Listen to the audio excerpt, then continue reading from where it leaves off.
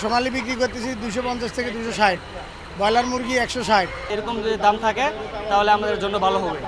বাজারে মুরগির দাম কমায় স্বস্তির নিঃশ্বাস ফেলছেন ক্রেতারা, অথচ লোকসানের চাপে দমবন্ধ অবস্থার কথা জানাচ্ছেন খামারিরা।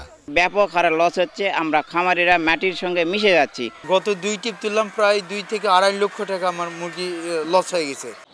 শুধু কি মুরগিরই দাম কমেছে বাচ্চার চাহিদা ও দামও।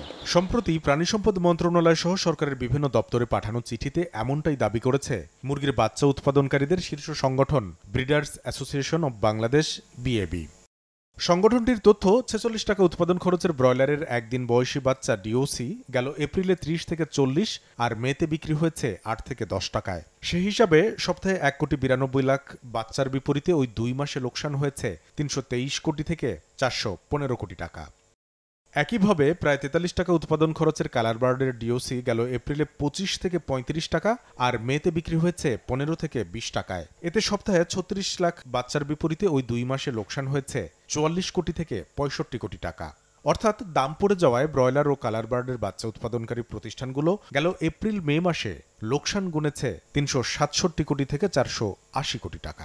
আমাদের কাছে এই লক্ষ লক্ষ বাচ্চা রাখার কোনো ব্যবস্থাপনা নাই। বাচ্চার দাম, ব্রয়লার মুরগির দাম এবং ডিমের দাম, এই তিনটার কোনোটাই কিন্তু চাওয়ার উপর নির্ভর করে না, চাহিদার উপর নির্ভর করে।